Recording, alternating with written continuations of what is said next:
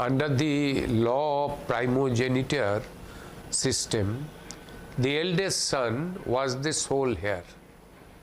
Nothing, remarks Adam Smith, can be more contrary to the real interest of numerous family than a right which, in order to enrich one, beggars all the rest of the children.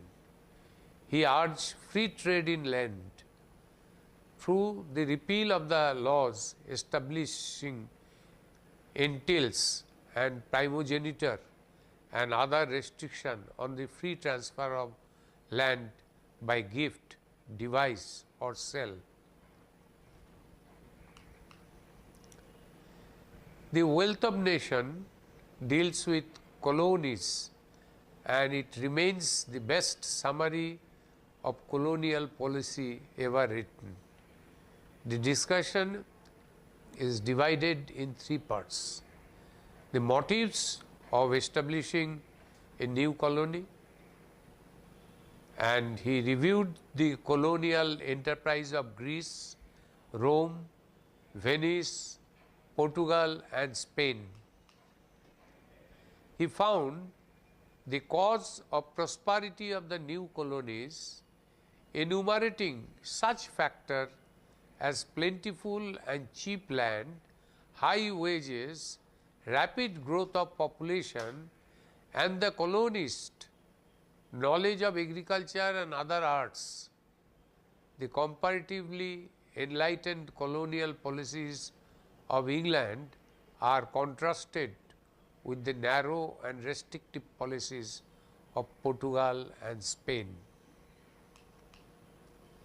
The great advantage Europe had derived from the discovery of America and from that of a passage to the East India through Cape of Good Hope, discoveries ranked by Professor Smith as the two greatest and most important events recorded in the history of mankind. Smith said restriction placed on colonies in order to achieve monopolies of their trade were condemned by Professor Smith as violation of colonies' natural right. The mercantile system applied to the colonies was absurd and costly to the mother country. Also, there would be continual financial drain on the colonizing power, for the colonies would never willingly tax themselves sufficiently to pay the expense of their own defense. Smith was able to view the rebellious American colonies with far more objectively than were most of his fellow countrymen in England. A proper solution to the contrary, he believed, was to represent the American colonist in the British Parliament. Adam Smith said, England should try for union rather than separation with representation based on tax revenues. Eventually, as he was not unlikely, the Americans exceeded the British taxes.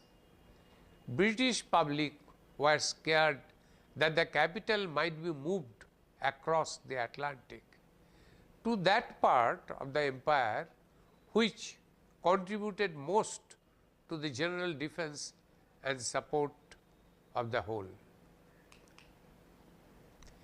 Giving representatives of America to British Parliament would have constituted an effective answer to the rebellious American population on the British rule. There is something absurd in supposing a continent to be perpetually governed by England. England was afraid that the role would have been reversed. See, England is a small portion, whereas America is a vast, vast country. how such a small country with such a small population can continue to govern America, which is such a great nation.